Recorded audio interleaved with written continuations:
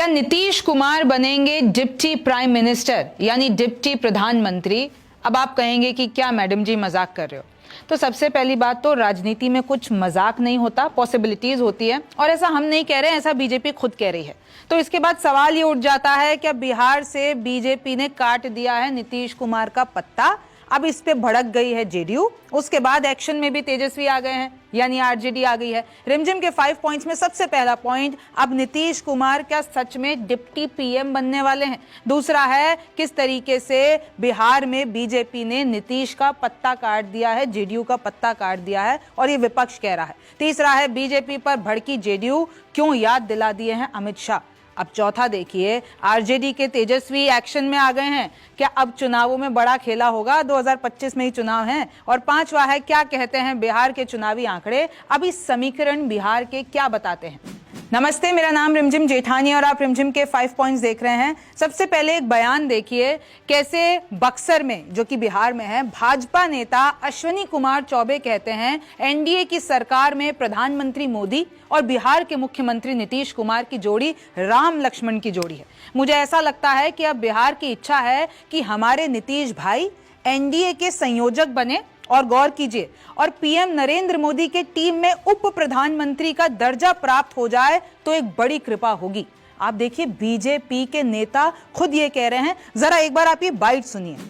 जहां नीतीश कुमार जी एनडीए के पूरे देश के नरेंद्र मोदी के साथ कंधे कंधे मिला करके संयोजक की भूमिका में रहे और उनको उप प्रधानमंत्री का दर्जा प्रदान कर दिया जाए तो बिहार का भी धन्य होगा।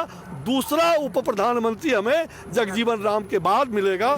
आपको पूरी बाइट मैं आखिर में सुनाऊंगी, लेकिन इससे पहले पलटवार देखिए क्या आ गया है। जेडीयू का ही पलटवार आ गया है। जेडीयू के प्रवक्ता अभिषेक झा ने पलटवार करते हुए कहा है नीतीश के चेहरे पर जनता का भरोसा है। और देखिए जेडीयू के जितने भी प्रवक्ता है वो ये कह रहे हैं, आप अमित शाह की बात भूल गए हैं क्या? अमित शाह ने भरे मन से ये कहा था कि बिहार विधानसभा चुनाव 2025 नीतीश के नेतृत्व में लड़ेंगे, फिर उनको मुख्यमंत्री बनाया जाएगा। इस तरीके से अब देखिए मामला गोल हो गया। बीजेपी के नेता ये कह देना, उसके बाद से आरजेडी एक्शन में आ गई है। आरजेडी तो कह रही है लालू की पार्टी आरजेडी ने निशाना साध दिया है। आरजेडी प्रवक्ता मृत्युंजय तिवारी कह रहे हैं भविष्यवाणी करता हूं और ये तो हमने पहले ही कह दिया था कि नीतीश कुमार के साथ गलत करेगी बीजेपी और फिर वापस मुंह की खानी पड़ेगी। संकेत है कि नीतीश को बीजेपी निपटा देगी। आरजेडी ने कहा कि साफ पता चल गया है, ये जो हिडन एजेंडा है ना बीजेपी का वो सामने आ गया है। नीतीश को बीजेपी मुख्यमंत्री की कुर्सी से बेदखल करना चाहती है। अब बिहार की कमान बीजेपी खुद संभालेगी, अपना खुद का नेता बनाएगी मुख्यमंत्री और नीतीश कुमार को साइड में कर देगी। अब डिप्टी पीएम की बात आ गई है। देखिए कुछ नया है, हमने इससे पहले ऐसा कुछ सुना नहीं था। बीजेपी का हिडन एजेंडा सामने आ गया है। जेडीयू को बीजेपी अब समाप्त कर देगी। लो, तेजस्वी यादव की पार्टी ने तो ये कह दिया कि अब जेडीयू समाप्त है। अब देखिए इतनी बड़ी पार्टी जो कि सत्ता में है बिहार में, अब ये कहते हैं कि भाई समाप्त है। मैं आपको बता दूं अभी नीतीश कुमार के गृह अभी ठीक नहीं चल रहे हैं। मुस्लिमों का इतना विरोध हो रहा है नीतीश कुमार के खिलाफ, ऐसे ऐसे पोस्टर विपक्षी लोग लगा रहे हैं, अच्छा सिला दिया तूने मेरे प्यार का। और देखिए कैसे दिल के बीच में से एकदम एरो घुसा दिया है कि ऐसे दिल चीरते हुए जो नीतीश कुमार ने वक्फ बोर्ड का समर्थन कर दिया, अब मुस्लिम जो है उनसे नाराज हैं। इफ्तार कराकर लूट लिया वक्फ बोर्ड हमारा, क्योंकि आपको भी पता है वक्फ बोर्ड का ये जो नए संशोधन आए हैं उसमें नीतीश कुमार की पार्टी जेडीयू का बड़ा रोल है। इन लोगों ने समर्थन किया तभी आज ये कानून पूरी तरीके से बन गया, वो बिल पास हो गया। ईद की नमाज में शामिल होकर भी धोखा दे दिया। शुक्रिया नीतीश जी। अब कब्रिस्तान और मस्जिद की जमीन को लेकर विवाद होगा तो जिम्मेदार आप होंगे। अब आपको वक्फ कानून का तो पूरा मसला आपको पता है, मैंने बता रखा है। तो मुस्लिमों ने बॉयकॉट कर दिया नीतीश कुमार का, इनकी इफ्तार पार्टी में नहीं जाते हैं। साथ में चिराग पासवान का भी बॉयकॉट कर दिया, उनकी इफ्तार पार्टी में भी नहीं गए। मुसलमानों ने मोर्चा खोल दिया पूरे देश में वक्फ कानून के ऊपर।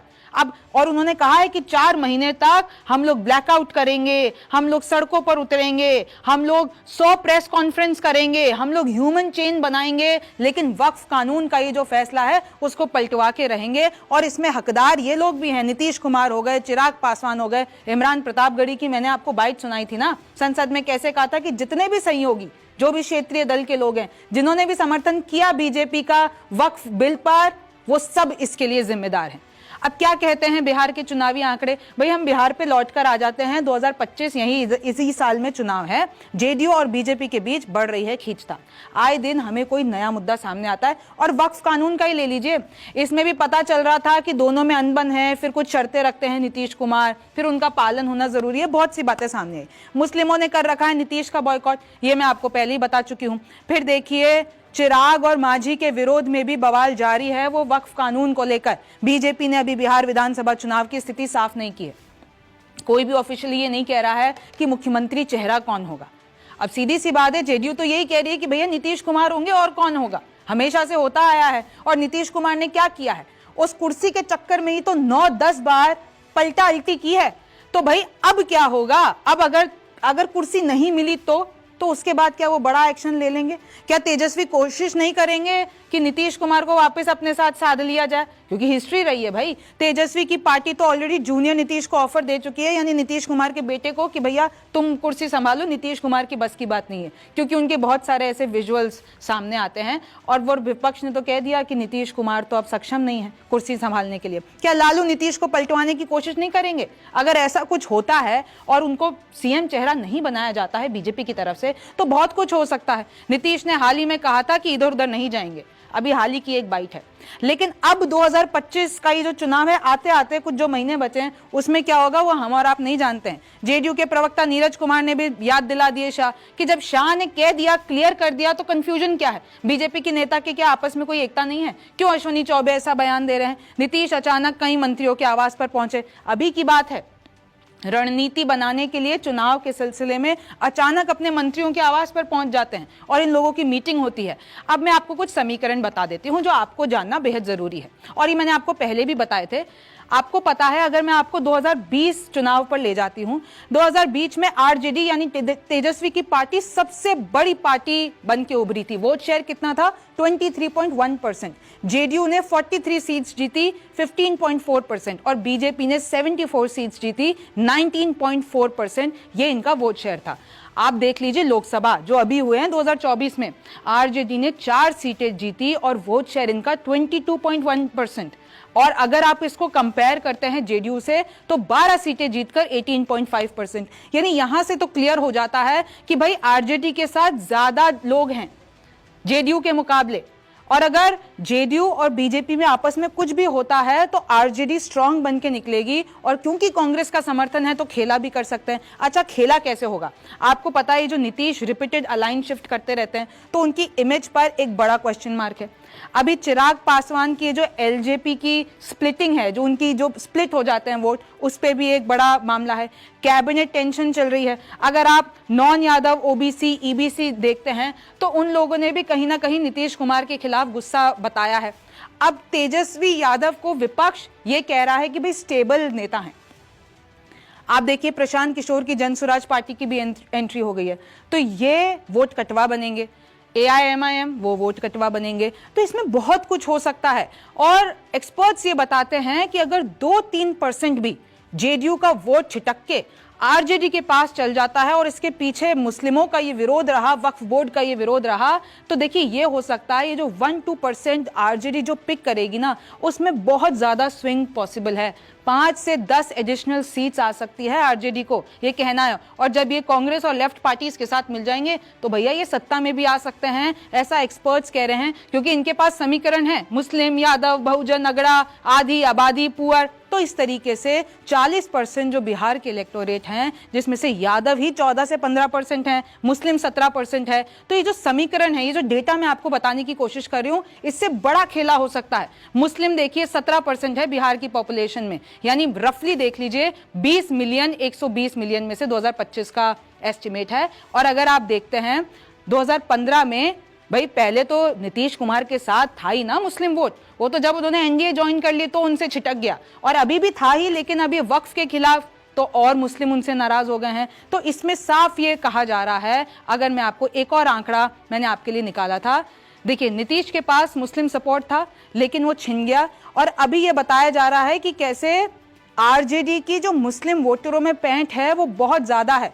अगर थोड़ा भी 10 से 15 कॉन्स्टिट्यूएंसीज का इधर से उधर हो गया तो मैं आपको बताती हूं कि आरजेडी कैसे मेजॉरिटी के ऊपर जा सकती है। अब ये वाला आंकड़ा आप गौर से देखिए, 2020 का वोट शेयर 19.4%, बीजेपी का, जेडीयू का 15.4%। अगर आप इसमें 1 से 2% मुस्लिम अगर यूनिफाई हो जाते हैं और ये एनडीए से छिटक जाता है वोट, फिर क्या होगा? 40% जो कि बिहार की वोट है वो आउटकम पे अगर एनालिस्ट की माने तो एनडीए की टैली कितनी है? 127 2020 की, तो वो छिटक के 110 115 हो सकती है और आरजेडी 122 के ऊपर जा सकती है। तो ये जो वक्फ के खिलाफ मुस्लिम विरोध कर रहे हैं ये एक बड़ा फैक्टर है, और अगर ऐसे ही बीजेपी के ऐसे सारे बयान आते रहे तो मुश्किल होने वाली है बिहार चुनाव में। फिर हमें बहुत खेले देखने को मिल सकते हैं। अगर आप 2020 के नतीजे देखेंगे, हालांकि मैंने आपको पहले भी बता रखा है, कुल सीटें बिहार में 243 है, बहुमत का आंकड़ा 122 है।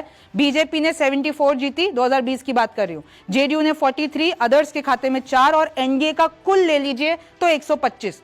और अगर आप इधर आ जाते हैं तो आरजेडी सबसे बड़ी पार्टी 75, कांग्रेस ने 19, अदर्स ने 16 और एमजीबी जो पूरा अगर हम टोटल कर देते हैं तो 110। और अभी आपको पता है बिहार में क्या हो रहा है? ये जो कांग्रेस है ना, कांग्रेस बड़ा खेला कर सकती है। ये बिहार में अपनी यात्रा निकाल रहे हैं राहुल गांधी कन्हैया कुमार के साथ, कन्हैया कुमार को हीरो बना रहे हैं। और वहां पर आपने भी देखी होगी भीड़ किस तरीके से पदयात्रा निकाल रहे थे। तो ये लोग जो बड़े बड़े प्लान बना रहे हैं, तो भैया साफ लग रहा है कि इस बार का जो मुकाबला है वो आसान नहीं होने वाला है। ये 2020 में जो समीकरण थे वो इस बार बहुत पलट सकते हैं। अदर्स के खाते में 8 थे। तो अब आपके सामने साफ सा क्वेश्चन है कि अगर नीतीश कुमार को डिप्टी पीएम बनाया जाता है तो सबसे पहले तो क्या आपको लगता है कि आप एक्सेप्ट कर पाएंगे?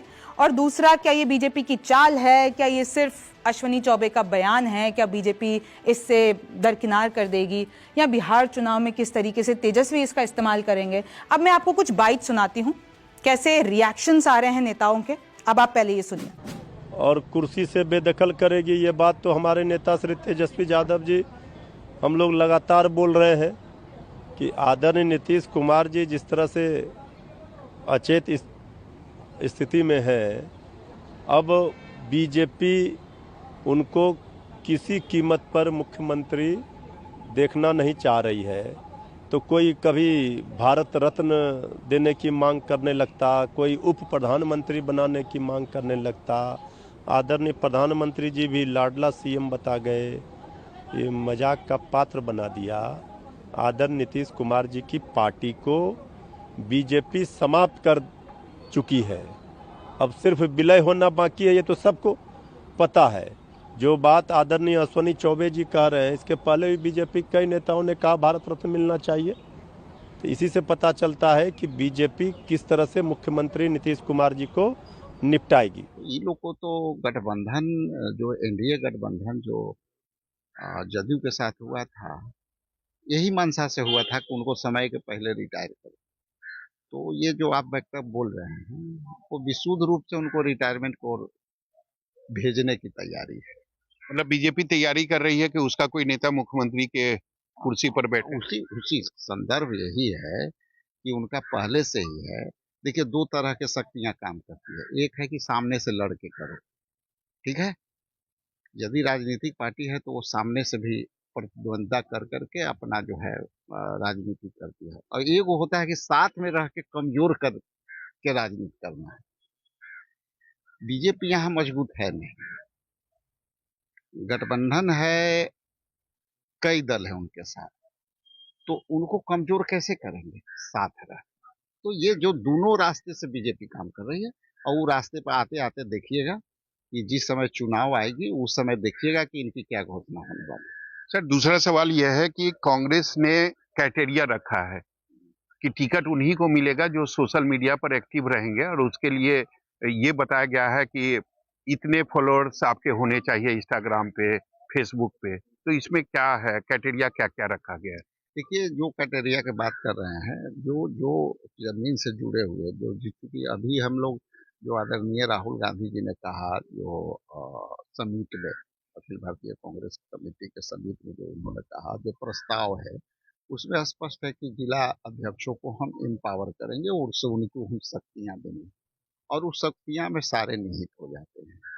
तो ऑर्गेनाइजेशन में काम करने का बेनिफिट तो आजकल कई तरह का है, लेकिन वो दिखता है। तो कहे का मतलब है कि वो जो है जो जिस तरह के जो संवाद है लोगों के बीच, वो सामने दिखेगा कई एंगल से, तो इसलिए वो कोई तो कट भी सकता है टिकट उन लोगों का जो क्राइटेरिया में फिट नहीं बैठेंगे, जिनका 50,000 से ज्यादा अगर इंस्टाग्राम पे या ट्विटर पर फॉलोअर्स नहीं हो।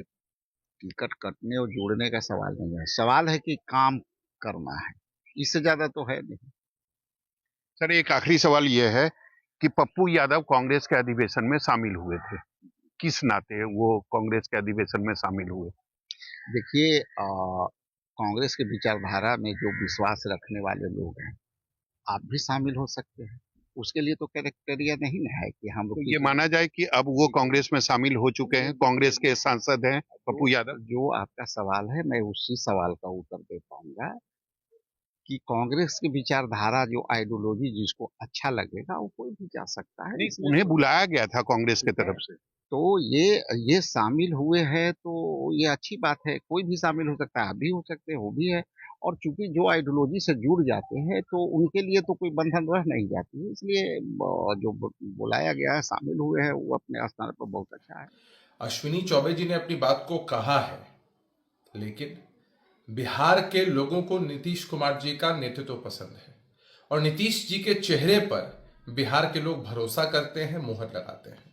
इतने वर्षों तक आदरणीय नीतीश कुमार जी ने बिहार के लोगों की सेवा की है, बिहार का कायाकल्प किया है, हर क्षेत्र में विकास किया है।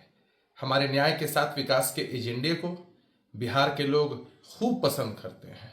नीतीश जी बिहार में एनडीए का नेतृत्व कर रहे हैं, इस विधानसभा के चुनाव में भी करेंगे और बिहार के लोग निश्चित रूप से फिर एक बार नीतीश जी के चेहरे पर मुहर लगाएंगे, एनडीए को जिताएंगे। देखिए, इस मसले पे आपका जो भी सोचना है मुझे कमेंट सेक्शन में जरूर बताइए। आप रिमझिम के 5 पॉइंट्स देख रहे थे। मेरा नाम रिमझिम जेठानी है। आपसे फिर मुलाकात होगी।